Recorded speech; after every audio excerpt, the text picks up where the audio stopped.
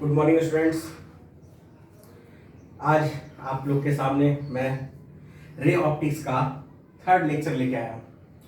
पिछले के दो लेक्चर्स में हम लोग पढ़े थे रे ऑप्टिक्स के इंट्रो के बारे में, यानी लाइट के इंट्रो के बारे में हम लोग देखे थे।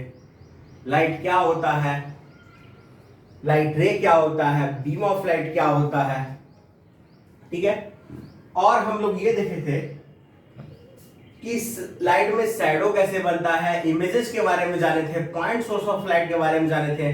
शैडो का कई सारा केस हम लोग ने डिस्कस किया था, अम्ब्रा और पेनम्ब्रा के बारे में। उस दोनों की दुनिया से हमको बाहर निकलना है, बहुत जटिल दुनिया थी। अब आ रहे हैं हम लोग रिफ्लेक्शन की बात पे। याद होगा हम लोग रिफ्लेक्शन में दो तरह का रिफ्लेक्शन पढ़े थे, एक आपका रेगुलर और एक आपका इरेगुलर रिफ्लेक्शन। और आज जो हम शुरू करने वाले हैं टॉपिक, उसका नाम है लॉ ऑफ रिफ्लेक्शन। यानी अब जो टॉपिक हम पढ़ने वाले हैं इसका नाम है लॉ ऑफ रिफ्लेक्शन, जिसका एक चित्र आपको श्वेत पट्ट पर दिख रहा होगा, मतलब व्हाइट बोर्ड पर आपको, व्हाइट बोर्ड या ग्रेइश बोर्ड हल्का हल्का हो गया, तो इस पर आपको लॉ ऑफ रिफ्लेक्शन का एक चित्र दिख रहा होगा। और ये वो टॉपिक है जो आप क्लास 10th में भी पढ़े हैं। क्लास 10th में हमने पढ़ा था लॉ ऑफ रिफ्लेक्शन, जिसमें से दो लॉ बताया गया था हम लोग को, उसके बारे में थोड़ा हम लोग जानेंगे। जिसमें पहला लॉ था इंसिडेंस रे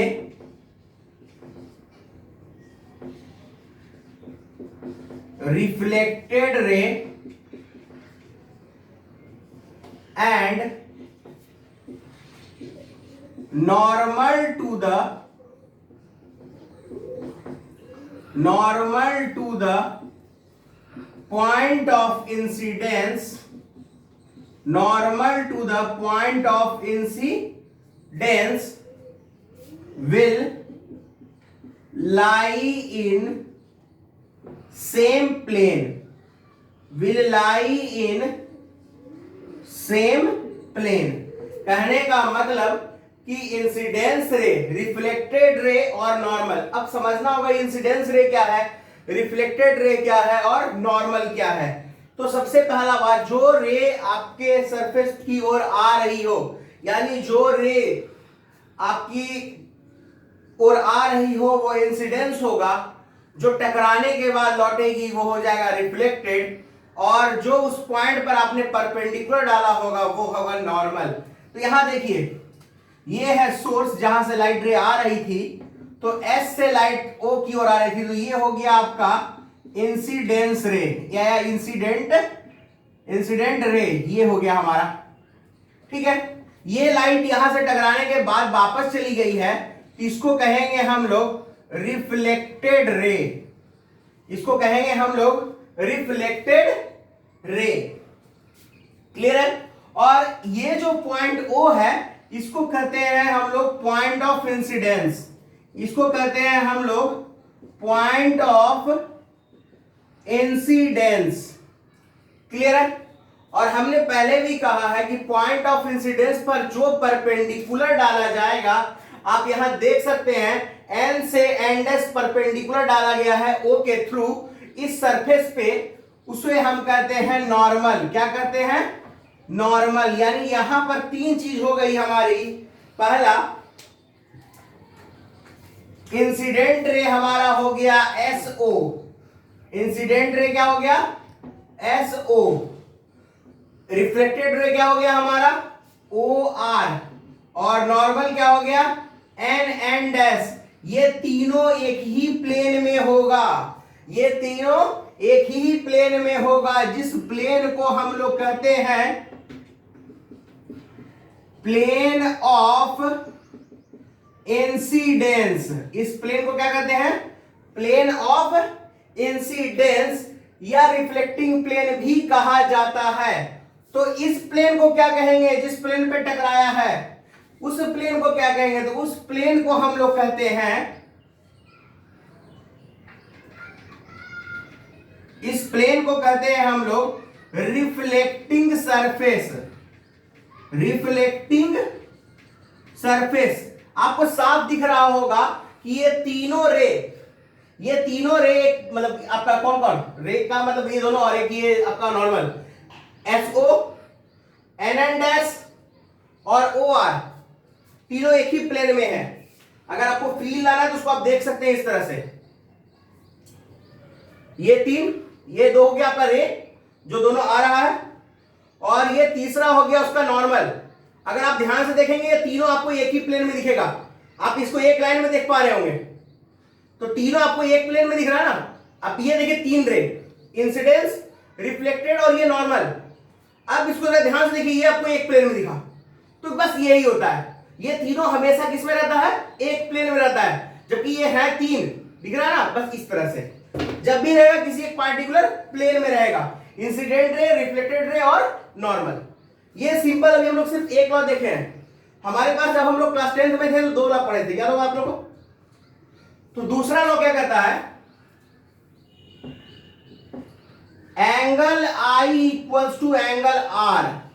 ये एंगल I और एंगल R है क्या, तो इंसिडेंस का एंगल और रिफ्लेक्शन का एंगल, यानी एंगल ऑफ इंसिडेंस और एंगल ऑफ रिफ्लेक्शन, ये आपस में क्या होगा, इक्वल होगा। यानी कहने का मतलब ये एंगल और ये एंगल इक्वल होगा।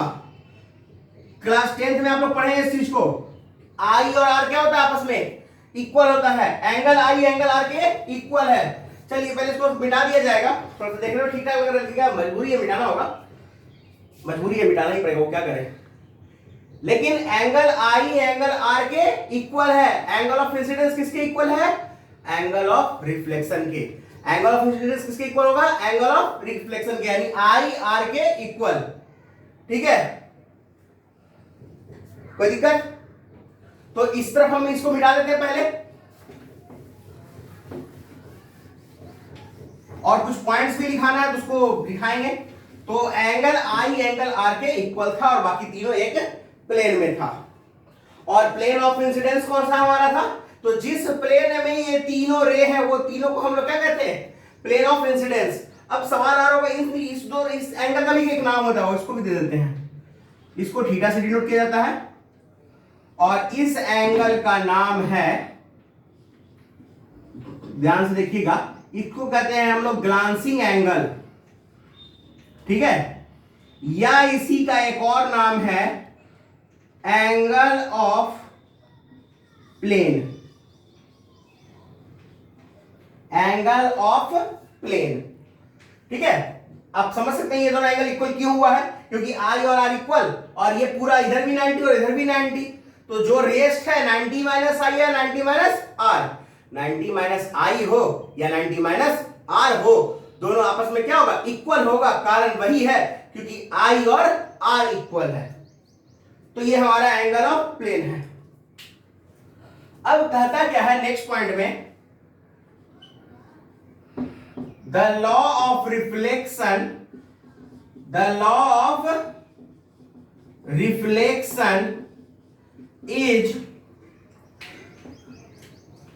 वैलिड, याद रखिएगा, is valid for all smooth surface, all smooth surface. कहने का मतलब कि लॉ ऑफ रिफ्लेक्शन सारे स्मूथ सरफेस के लिए वैलिड है।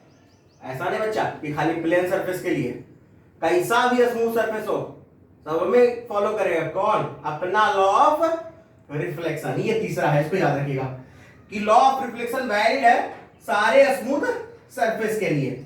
ठीक है, इसको मिटा देते हैं हम लोग, और इसके बाद थोड़ा सा और आगे बात करेंगे हम लोग। तो मेरा ये लॉ ऑफ रिफ्लेक्शन कंप्लीट हो गया। ठीक है, जिसमें आप लोग क्लास 10th में पढ़े होंगे, आपके पास दो तीन तरह का और सरफेसेस होते थे स्मूथ में, मतलब मिरर्स में। अभी तो मिरर की बात हम नहीं की है, आगे होगी मिरर्स की बात। तो हम लोग वहां प्लेन मिरर और स्फेरिकल मिरर पढ़े थे। तो ये लॉ ऑफ रिफ्लेक्शन इसीलिए लिखा गया है, ये चीज, ये जो आप यहां पे दिख रहे हैं ना, थर्ड उन्हीं के लिए है कि हमारा कनकेव मिरर हो या कन्वेक्स मिरर हो, हम हर एक मिरर में ये कंडीशन फॉलो करवाएंगे। ठीक है, ये कंडीशन फॉलो करवाएंगे कि ये तीनों इंसिडेंस रे, नॉर्मल और रिफ्लेक्टेड रे एक प्लेन में होंगे, और I और R क्या होगा, आपस में इक्वल होगा। चलिए थोड़ा सा और देख लेते हैं इस चीज को, देखिए कैसे होता है वो। अब इसको मिटा देते हैं, ठीक है। पूरा बहुत हो गया, बोर्ड छोटा है, नहीं तो उसको रहने देते हैं।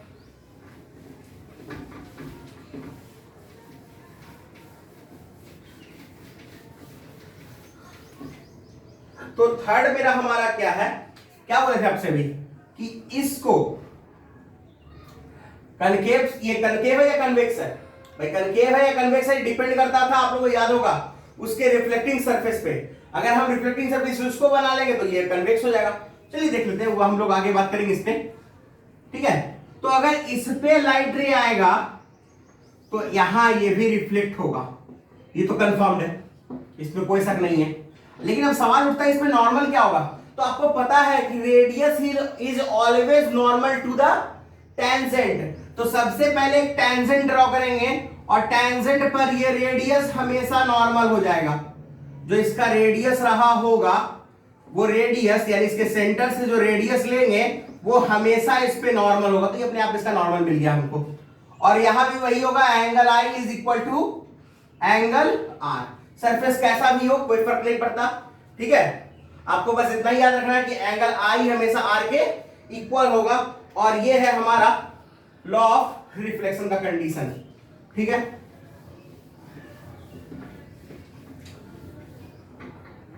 अब बात करते हैं थोड़ा सा इससे रिलेटेड कुछ थोड़ा सा और। अब मेरा देखिए एक चीज और,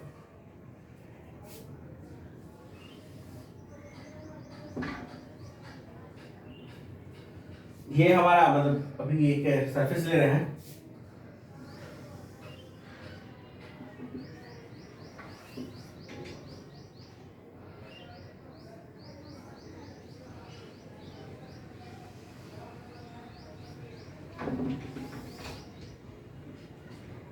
ठीक है।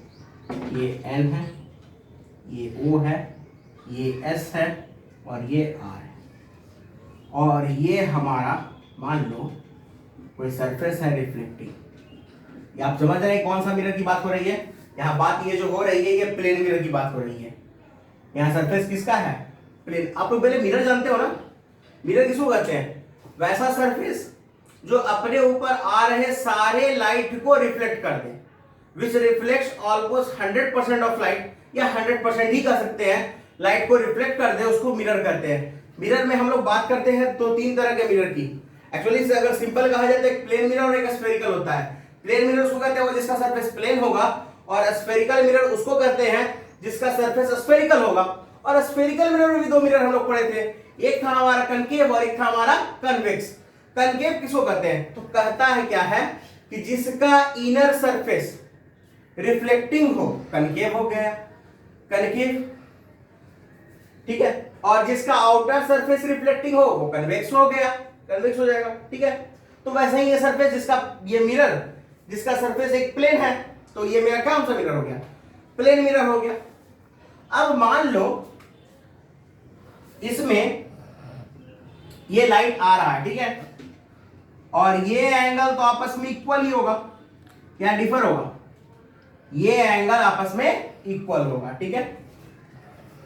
और इसको हम लिख देते हैं, इसका कुछ नाम दे देते हैं, क्या है ये, क्या हम जान रहे हैं, इसका नाम है क्या, वेक्टर फॉर्म देख रहे हैं। किसका देख रहे हैं, वेक्टर फॉर्म देख रहे हैं, ठीक है, वेक्टर फॉर्म देख रहे हैं।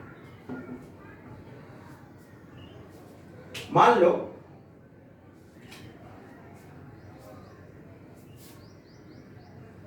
ई आई रे है जो आ रहा था, और ई आर यूनिट, ये दोनों यूनिट ले लेते हैं वेक्टर, और ई आर वो है यूनिट वेक्टर जो जा रहा था, आई इंसिडेंस के लिए और आर रिफ्लेक्शन के लिए।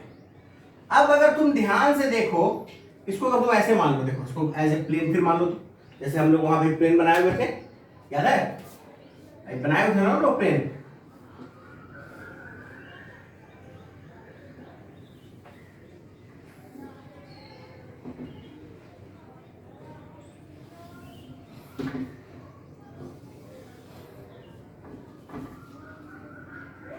ठीक है। तो मान लो कि ये x है और ये y है और नीचे y प्राइम होता है, ठीक है, और x है तो इधर x प्राइम होता है। अब ऐसा नहीं है कि नीचे y प्राइम नहीं ले हम, और वैसे ही एक प्लेन के इनवर्ट z होगा और प्लेन के आउटवर्ट क्या होगा, प्लेन के आउटवर्ट z होगा और इनवर्ट क्या होगा, z प्राइम होगा। तो हम लोग इसको पहले देखते हैं। तो यहां पे देखो हमारे पास इस वेक्टर का 3 कंपोनेंट बन सकता है, ठीक है। एक कंपोनेंट x के अलोंग, एक y के अलोंग और एक z के अलोंग। तो यहां जो है वो नॉर्मल किसके अलोंग है, y के अलोंग है, नॉर्मल y के अलोंग है ना। और जो हमारा रिफ्लेक्टिंग सरफेस है वो कौन कौन सा है, xz सरफेस रिफ्लेक्टिंग है इस तरह से, ठीक है। और नॉर्मल यहां y एक्सिस पे है, x z और ये y, x इसके अलोंग, z एक्सिस इनवर्ड, मतलब ये प्लेन के इनवर्ड में आप देख रहे हैं, और इस पे ये आपका y एक्सिस है। तो कहता क्या बाबू कि हमेशा ये याद रखिएगा कि the component of incidence ray, ठीक है, is always same to that of the reflected ray in the plane of reflecting surface. यानी रिफ्लेक्टिंग सरफेस के प्लेन में जो इसका कंपोनेंट होगा वही इसका भी कंपोनेंट होगा, ठीक है। लेकिन जो नॉर्मल के अलोंग कंपोनेंट होगा वो चेंज हो जाएगा। अगर इसको दो ही कंपोनेंट में अगर हम ब्रेक करें तो तुमको समझ में आ जाएगा। देखो इसका कंपोनेंट इधर और इधर निकालते हैं तो ये थीटा तो ये भी थीटा होगा वो, तो ये कितना हो जाएगा ई आई कॉस थीटा और ये हो जाएगा ई आई साइन थीटा। इसका कंपोनेंट निकालो इस तरफ में, ये थीटा, ठीक है, तो ये भी थीटा होगा, नहीं वो ये थीटा तो ये भी थीटा होगा, ठीक है। तो ये हो जाएगा आपका ई आर साइन थीटा और ये हो गया देखो ई आर कॉस थीटा। तो जरा ध्यान से देखो, इस कॉस थीटा वाले का डायरेक्शन, जो यूनिट वेक्टर मैग्नीट्यूड 1 होता है, वो यूनिट वेक्टर का मैग्नीट्यूड कितना होता है 1 होता है, तो इस कॉस थीटा का डायरेक्शन है निगेटिव वाई एक्सिस की तरफ, और वहीं इस कॉस थीटा का डायरेक्शन है पॉजिटिव वाई एक्सिस की तरफ। चेंज हो गया, अपोजिट हो गया।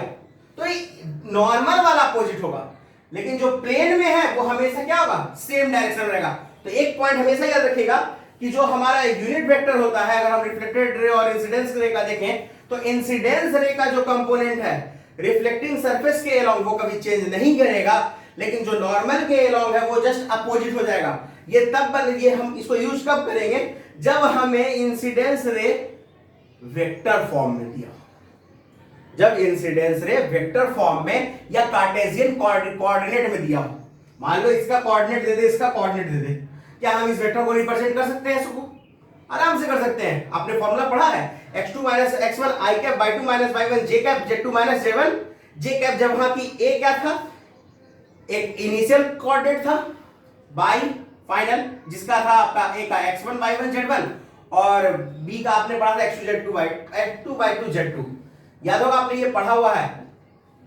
ये और ये अगर आपको दो पॉइंट्स दिए हो तो इनके कोऑर्डिनेट्स के हिसाब से आप लोग इस वेक्टर को लिख सकते हैं। तो अगर हमारा रे वेक्टर फॉर्म में हो तो हम ये याद रखेंगे कि रिफ्लेक्टेड सरफेस के अलोंग का कंपोनेंट कभी चेंज नहीं करेगा।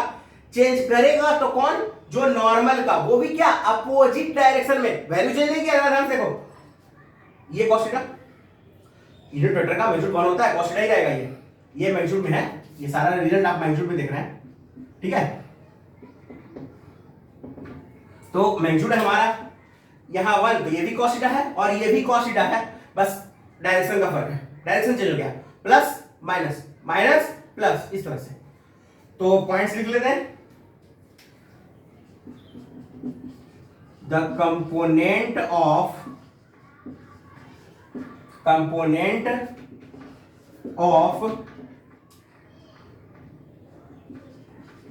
इंसिडेंस रे along the reflecting surface will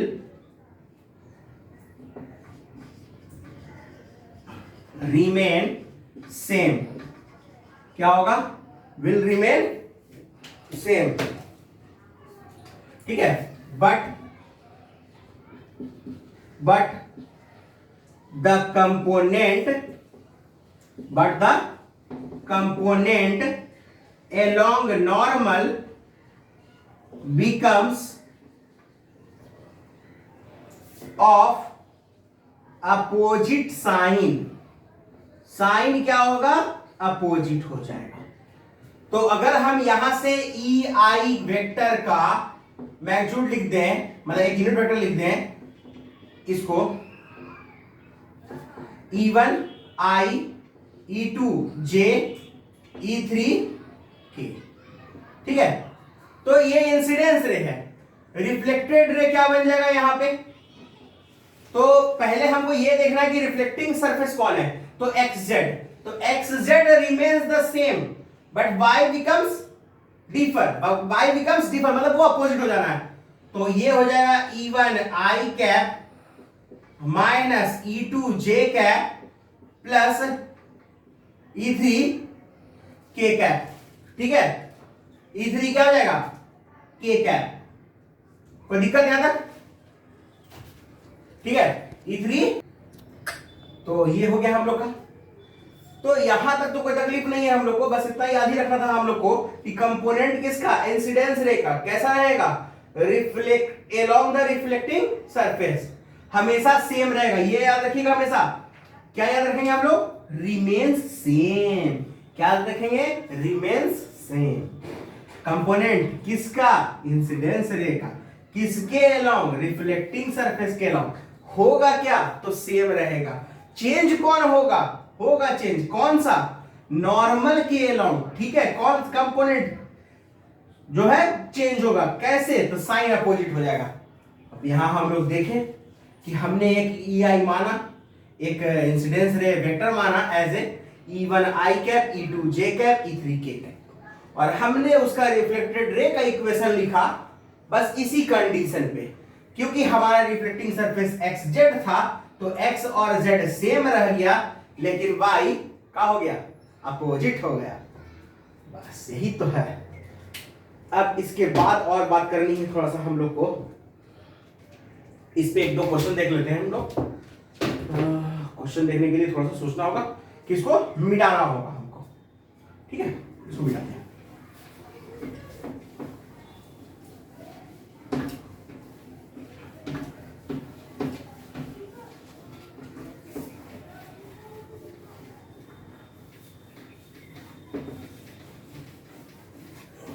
और ये क्वेश्चन ऐसा नहीं कि किताब का ही क्वेश्चन है, और बहुत सारे बुक में आपको ये क्वेश्चन मिलेगा, ठीक है।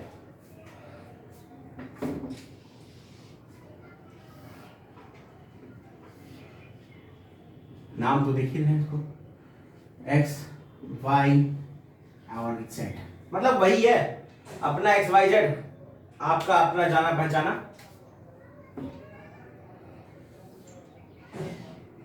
ये एक मिरर, ये एक मिरर, और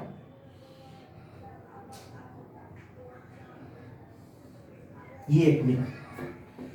तीन मिरर परपेंडिकुलर आपको फील आ रहा है, ठीक है। तीन मिरर हमारा परपेंडिकुलर है। ये इसका मान लो ओरिजिन है, मतलब ऐसे मानो ना कि आप क्लासरूम में बैठे हो और बॉटम मिरर का बना है, ये सरफेस मिरर का बना हुआ है, ये वाला जो दीवार है आपका, और इसके लगे जो इस तरफ का दीवार है ये भी आपका मिरर का बना हुआ है, ठीक है। और आपको बताना ये है कि जो लाइट रे इस पे आ रही है वो रिफ्लेक्शन के बाद अपोजिट हो जाएगी। रिफ्लेक्शन के बाद ये अपोजिट हो जाएगा, ऐसा आपसे कहा गया है, ठीक है। रिफ्लेक्शन के बाद तो सबसे पहले ये देखो कि रिफ्लेक्शन किस पे हो रहा है, तो X और Z पे। फील भी कर सकते हो, मान लो इसका इक्वेशन लिख लो, EI का इक्वेशन लिख लो, हम लिख लेते हैं E1 I cap, E2 J cap, E3 K cap. देखो E1 E2 E3 का वैल्यू मालूम नहीं है, वो प्लस और माइनस कुछ भी उससे कोई फर्क पड़ने वाला बिल्कुल नहीं है। कारण क्या है कि वो माइनस होगा तो ये डायरेक्शन का सेट कर जाएगा, उसके लिए कोई टेंशन नहीं लेना है। हम पहले उस वेक्टर को मान लेते हैं जो वेक्टर आ रहा था, किस पे इंसिडेंस हुआ है, एक्स वाई पे। Very good. तो एक्स वाई पे जब इंसिडेंस हुआ है तो नॉर्मल कौन सा बन गया, एक्सजेड हो सॉरी एक्सजेड पे इंसिडेंस हुआ तो नॉर्मल कौन बन गया हमारा, वाई। चेंज कौन होगा, सिर्फ वाई का चेंज होगा। क्या चेंज होगा, वाई का। चलो वाई का चेंज कर लेते हैं। तो इवन आई का डैश जो वेक्टर बनेगा पहला रिफ्लेक्शन के बाद, वो इवन आई कैप, ठीक है। ये वाई माइनस हो जाएगा वाई, क्योंकि वो नॉर्मल के अलोंग है। अभी तक तो फिलहाल एक रिफ्लेक्शन हो चुका, तो इसको रिफ्लेक्शन करके पहुंचा दो। ये रिफ्लेक्शन हुआ और इस पे गया। अब किस पे जा रहा है, तो ये है आपका एक्स वाई सरफेस और जेड उस पे नॉर्मल है, तो इस बार सेम कौन रह जाएगा, एक्स वाई सेम। नॉर्मल कौन था, जेड। जेड चेंज कर दो। चलो जेड को चेंज करते हैं। तो एक्स सेम रह गया,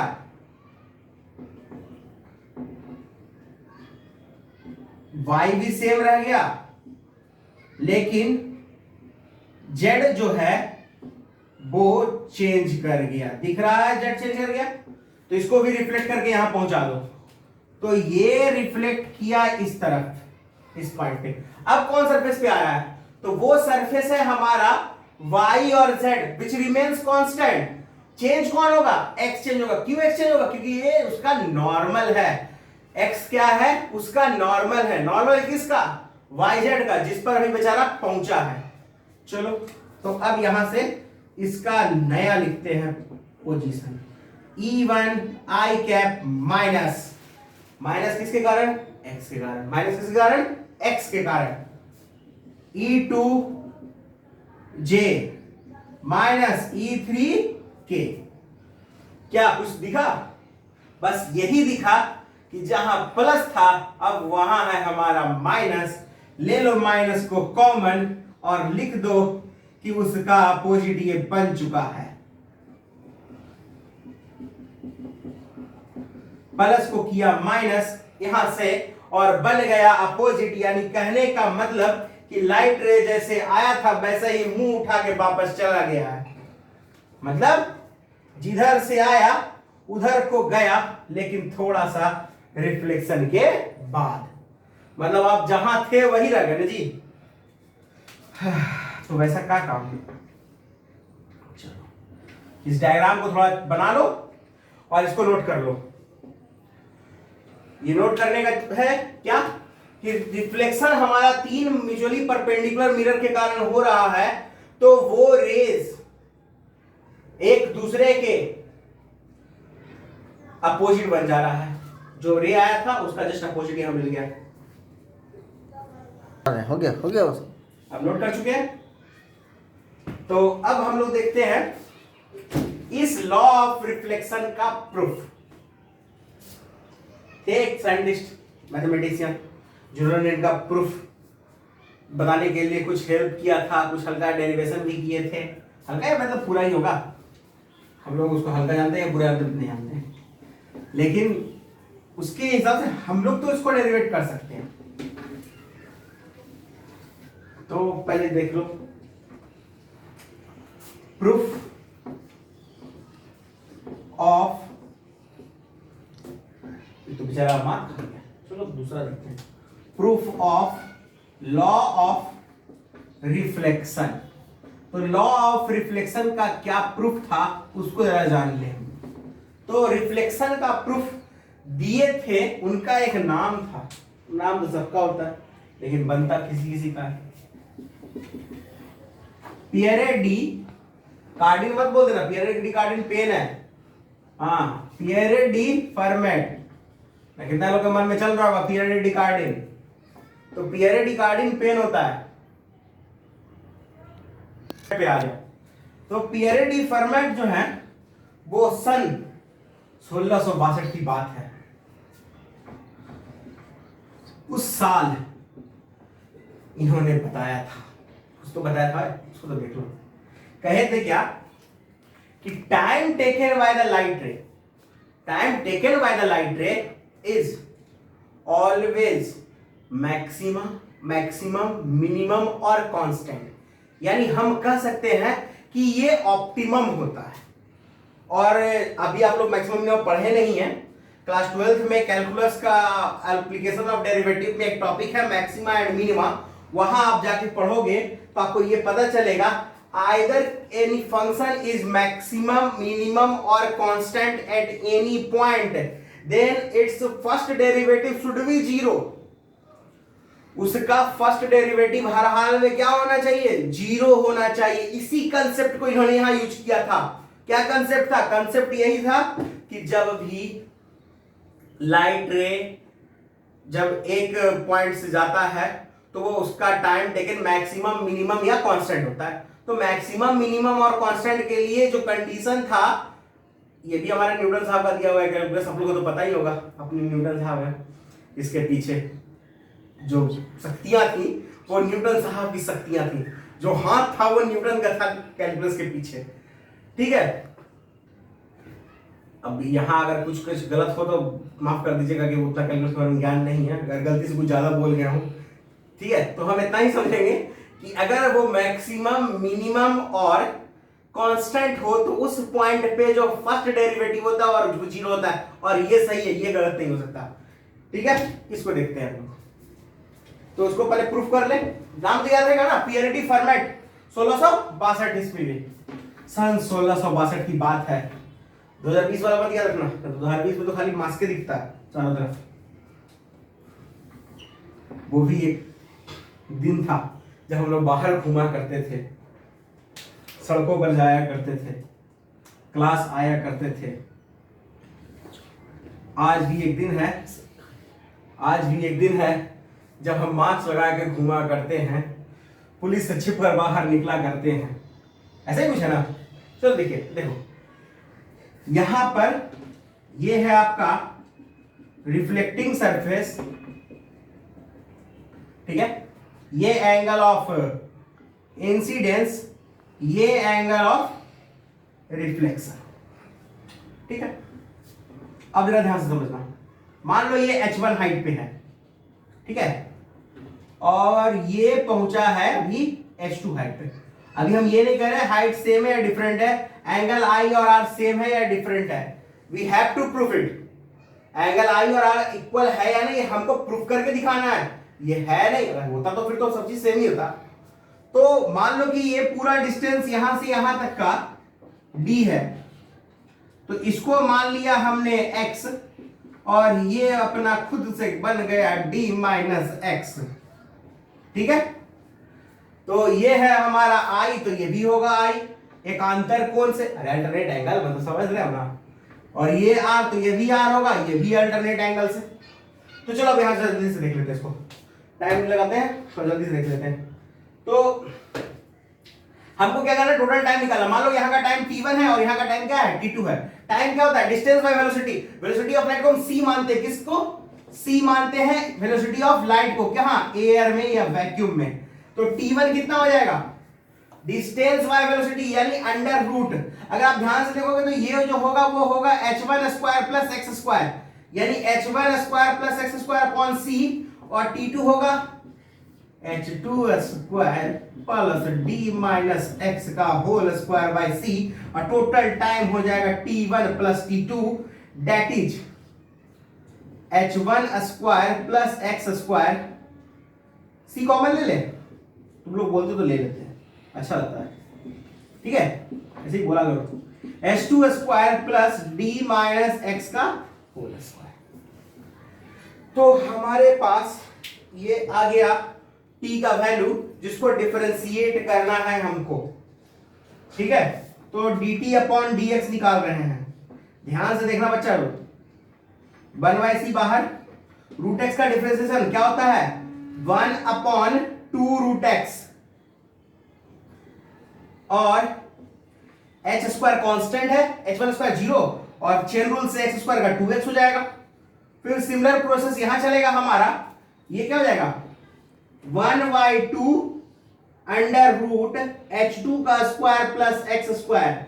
ठीक है, इसका फिर हम डिफरेंशिएट करेंगे तो twice of d minus x, और d माइनस एक्स को फिर डिफरेंशिएट करेंगे चेन रूल से, तो d का 0 और x का 1 दैट इज वो -1।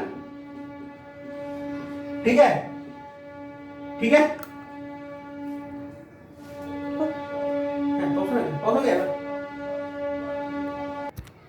तो ये ट्रेन का आवाज थोड़ा सा पॉज करवाना पड़ा था उसके चक्कर में।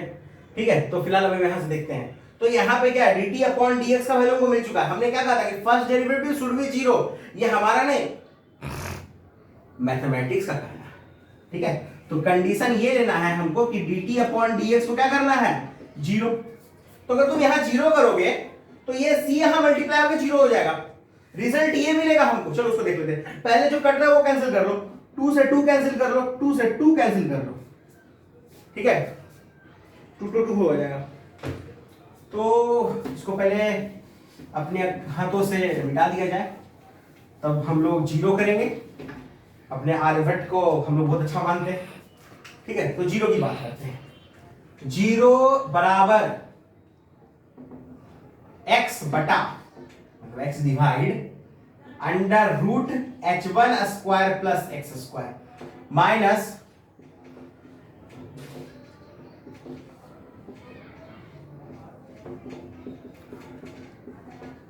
अब ध्यान से देखना यहां पे, perpendicular by hypotenuse sine theta कहलाता है।